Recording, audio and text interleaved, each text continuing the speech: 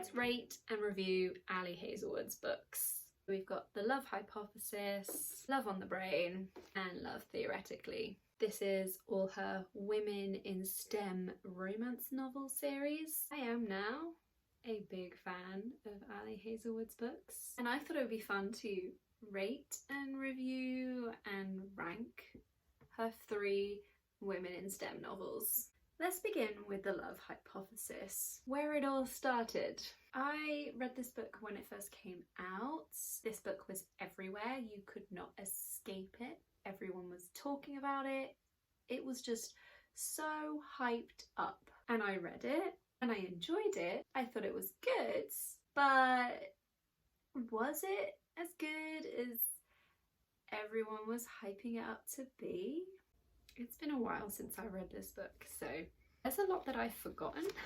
Basically, PhD candidate Olive Smith fake dates Dr. Adam Colson, and I'm struggling to remember why. I think so it's something to do with her friend Anne. She like kisses Dr. Adam Colson just because he happens to be there, and she does it to prove something to her friend. Not interested in like an ex or something her friend wants to date. See, this is the problem I had with this book. It doesn't make sense. I at the time rated this 4 stars. I thought Dr. Adam Colson was like the perfect book boyfriend, but I felt like something was missing. I think after reading her other books, I think you can see that maybe there wasn't as much character development in this one. Because I didn't have like this amazing time with this book, I then waited ages before picking up her other 2 books.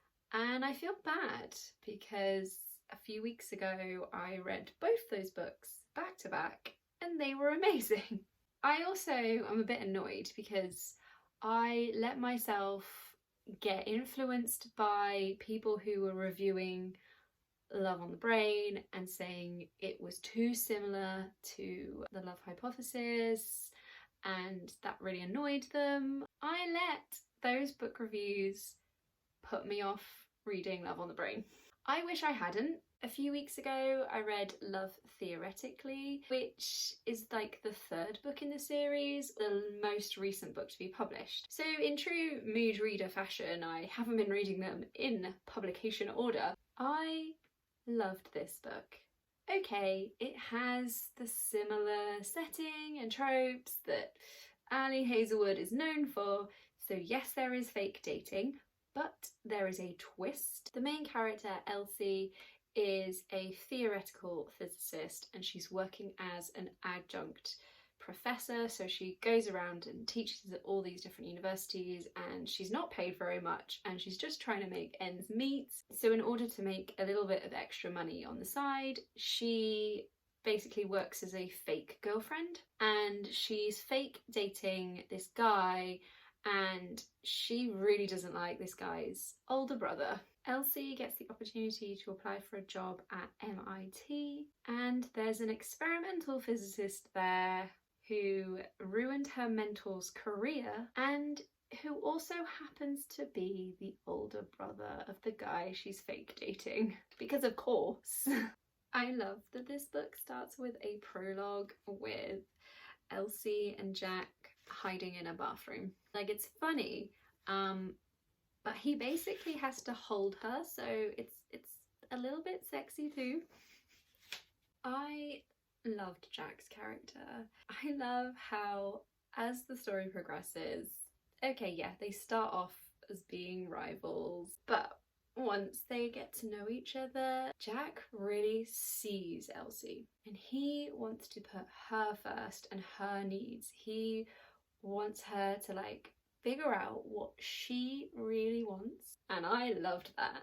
I just really loved Elsie in this book too. Like, she's so determined to like get her life to where she wants it to be, and she doesn't want to let anyone stop her, especially Jack. She is also a people pleaser, and she does mold herself to what other people expect. And I will say I did feel very seen whilst reading that element of the book. Quick fire round of 7 reasons why you should read Love Theoretically. It's women in STEM, again, but very good. He Falls First, fake dating with a twist, academic rivals, workplace romance, a little bit of ace and arrow representation, and a main character with diabetes. After reading The Love Hypothesis and like having an average time with it, Love Theoretically made me fall in love with Ali Hazelwood's books. But after I finished Love Theoretically, I went straight to Love on the Brain. Now this was the 2nd book published. I bought it as soon as it came out. It has blue sprayed edges, but I didn't read it right away. I let all of those sort of mixed reviews put me off, and it just sat on my shelf. I wish I could go back in time and make myself read this book, because I had the best time reading Love on the Brain. B lives by a simple code. What would Marie Curie do? And that is how she deals with everything that life throws at her. B goes to work on a project at NASA, and she's a what is she? You can really tell that science is not my area of expertise. I'm pretty sure B is a neurologist, and she has to work as part of this neuroengineering project. And when she gets to the project on NASA, she meets her old nemesis, Levi, who is an engineer. At the start, like, there's a lot of things going on at NASA, and B kind of gets the feeling that Levi doesn't want her around. She can't get into the building, her keycard doesn't work, her equipment hasn't been ordered, things are going missing. It's not going well for B at the start of the book. Let's address the issues so many people have with this book and this book.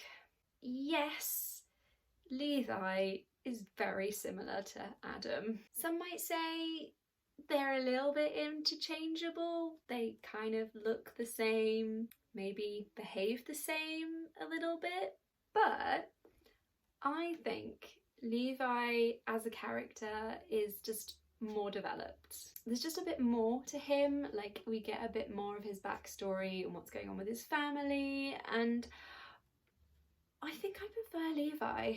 There's not even any fake dating in this novel, none at all. And yes, it's set in the same, you know, women in STEM, so it's set in a science environment, but like that's the name of the series. It's about women in STEM. I have a theory about the miscommunication trope. Now just hear me out.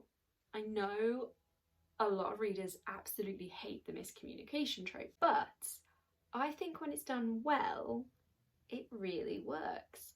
And I think in this book, it works because yes, there's all this miscommunication between the two characters. At the beginning, he thinks she's married, she thinks he hates her, and it goes on for a while. But when the truth comes out, when the like miscommunication is communicated, the payoff is so good. And as a reader, you know about the miscommunication, you know the truth, and like you're just waiting for that moment. And so when it came, I was like, I love this. I think Love on the Brain has the best side character out of all 3 books. Rosia is hilarious, and I loved every single word that came out of her mouth. Another reason why this book is amazing, there are cats in this book. One of the cats saves the day. What more could you want in a book?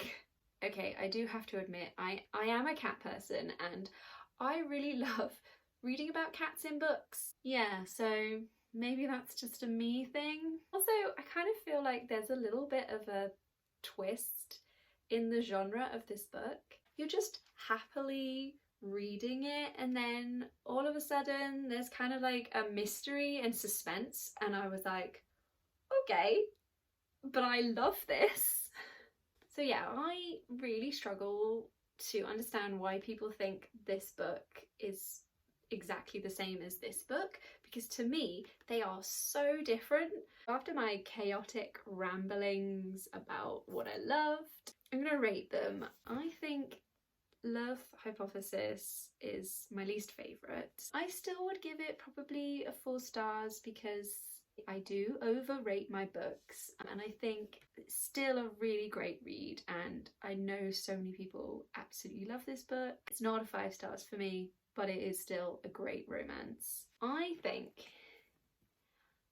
oh, it's really tough to decide between these two, but I think Love on the Brain is probably the next one. It's 5 stars and I absolutely loved it, and I had a really fun time reading this, but I think it's next on the list. This is number 3, this is number 2, and number 1 is Love Theoretically. I just really loved it, but it is really close between these two. And then I thought about reading order, what the best reading order would be for these books. And I actually think the best reading order is the way I read it. Start with the Love Hypothesis, you know, get introduced to the world of Ali Hazelwood's books and writing. Then read Love Theoretically, just because the characters are a bit different from the characters in this one. And then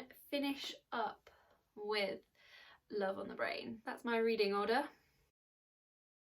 I know a lot of people say Ali Hazelwood has a type when it comes to her couple, her main couple.